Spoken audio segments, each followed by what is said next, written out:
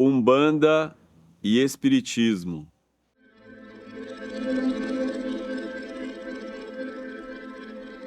O Espiritismo surge na França em torno de 1853, com um cientista que se tornou conhecido como Allan Kardec. O nome dele é Hippolyte Léon Denisard Rivail. Ele era especialista em metodologia do conhecimento. Então, o Allan Kardec, com esse pseudônimo, ele passou a tomar conhecimento do mundo dos espíritos, da presença dos espíritos, por meio de algo chamado as mesas girantes que tinham ali na França, e logo ele entendeu que estava conversando com espíritos por meio de muitos médiuns. Allan Kardec, muito curioso com esse espírito do positivismo, seguindo as ideias de Augusto Comte na época.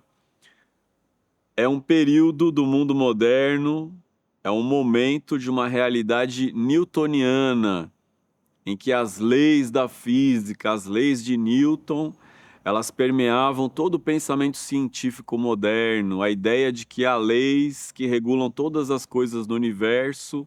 Isso permeia todo o espiritismo de Allan Kardec por meio do pensamento positivo ou positivista que vem aí das ideias de Augusto Comte, na obra de Kardec, que são 5 livros: Livro dos Espíritos, Livro dos Médiuns, Evangelho segundo o Espiritismo, Céu e Inferno e a Gênese.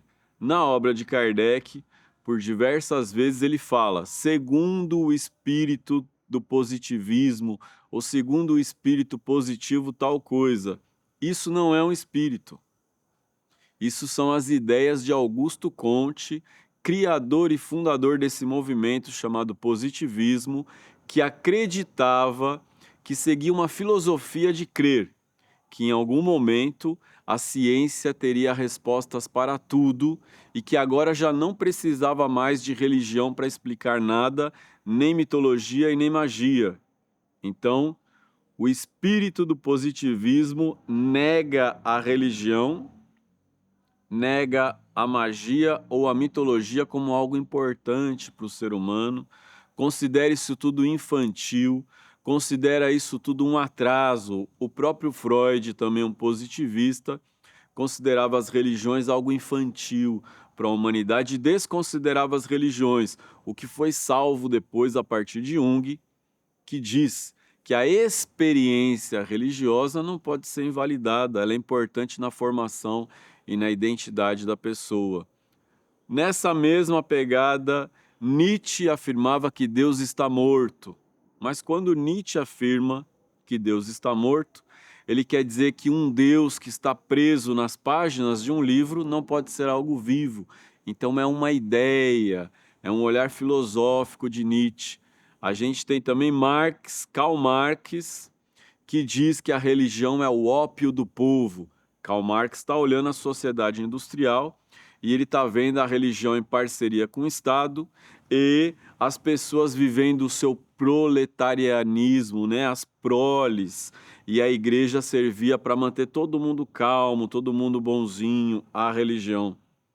O espiritismo, ele é uma filosofia cristã, evangélica, porque existe um evangelho segundo o espiritismo. Então, é uma filosofia evangelizadora, embora a obra dos espíritos diga sobre si mesmo que é uma ciência.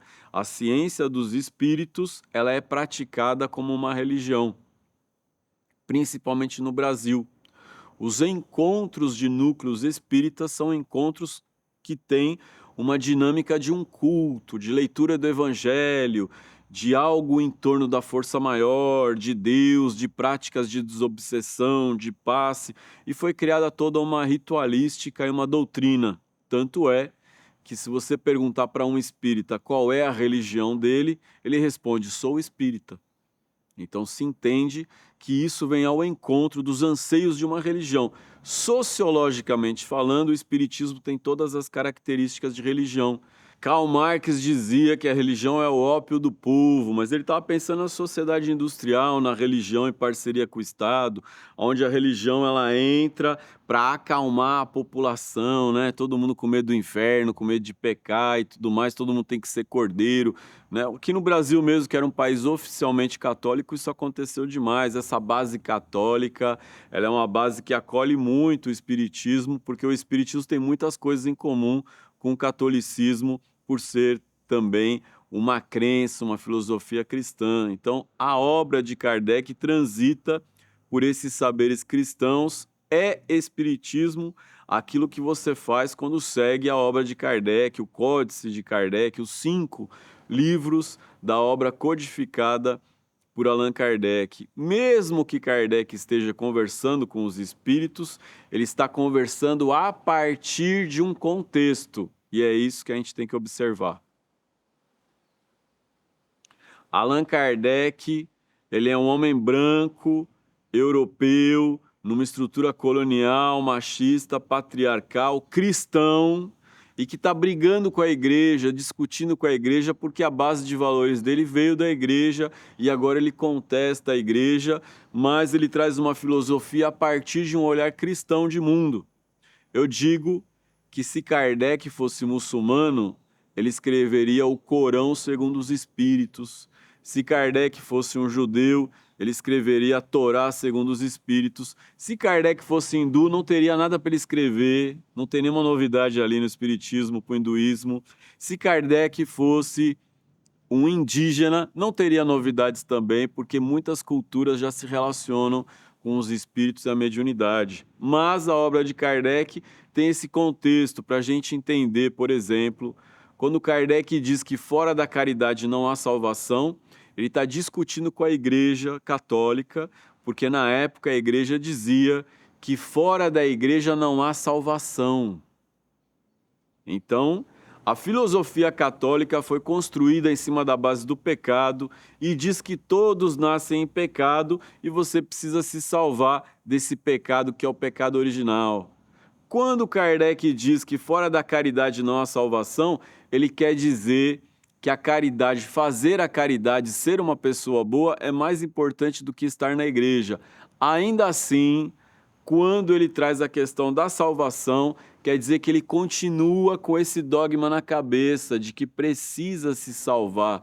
Então o espiritismo acaba sendo uma filosofia salvacionista, com um olhar de mundo europeu do século XIX, de 1853, e é preciso uma releitura para entender isso aos dias de hoje. Qual a diferença do espiritismo para a Umbanda? É que quando o espiritismo chega no Brasil, algumas décadas depois, em torno da década de 20, em torno da década de 30, surge um jeitinho brasileiro de fazer o espiritismo. No Rio de Janeiro, vai surgindo uma maneira toda brasileira de viver um espiritismo, porque núcleos espíritas no Rio de Janeiro, isso está catalogado no livro No Mundo dos Espíritos, de Léo de Souza, publicado em 1924. Nesse livro, você consegue verificar o que eu estou falando. Haviam muitos centros espíritas que trabalhavam a mediunidade de incorporação e começaram a incorporar caboclos. E esses caboclos começaram a fumar, incorporar preto velho, e começaram a fumar cachimbo, começaram a montar altar, começaram a riscar com pemba, de vários grupos oriundos do espiritismo.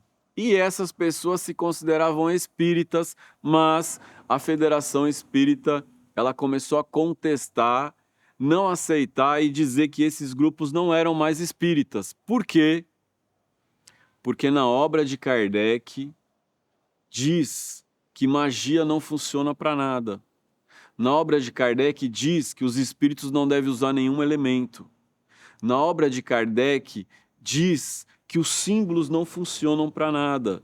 na obra de Kardec diz que não deve fazer ritual, que os rituais não servem para nada. Então, esses espíritas que começam a fazer um espiritismo brasileiro, eles estão fazendo algo que começa a ir ao encontro dos povos originários, incorporando caboclos e caboclas, mas que também vai ao encontro da cultura banto da macumba, quando começa a incorporar o preto velho e a preta velha. Então, esta macumba já começa a influenciar esse espiritismo, essa turma que vem de um espiritismo e que está absorvendo algo da cultura negra e absorvendo algo das culturas ameríndias. Logo, eles não se identificam mais com o espiritismo ortodoxo, e então é preciso se identificar como espiritismo de linha. Então surgiu esse espiritismo brasileiro, diferente daquele espiritismo mais ortodoxo, mais hard. E daí, desse espiritismo brasileiro, uma parte desse espiritismo brasileiro vai se tornar espiritismo de Umbanda. Assim como uma parte da macumba também vai se tornar uma umbanda africana. E por isso as pessoas fazem muita confusão com tudo isso tudo, né? Aê! Qual é então a diferença da Umbanda para o Espiritismo? A Umbanda trabalha com os espíritos organizados em linhas de trabalho. A Umbanda tem um ritual com começo, início, meio e fim, que canta e reza para a esquerda, para os Exus, para a defumação, para abrir a gira, canta para 7 linhas, chama os orixás. A Umbanda cultua divindades, o Espiritismo não. A Umbanda tem um altar, o Espiritismo não. A Umbanda usa magia, ponto riscado, vela, defumação, o Espiritismo não. A Umbanda faz oferendas, o Espiritismo não. A Umbanda tem essa riqueza cultural maravilhosa, brasileira, da nossa terra, de culto dos orixás, do caboclo, do preto velho, do baiano, do boiadeiro. A Umbanda tem essa brincadeira, a Umbanda tem essa dança, essa gira, essa presença das entidades. O Espiritismo não tem. A Umbanda tem fundamento próprio, tem a sua própria maneira de lidar com a espiritualidade. Então essas são algumas diferenças, assim, simples da Umbanda para o Espiritismo. Gratidão, axé, arroz, saravá.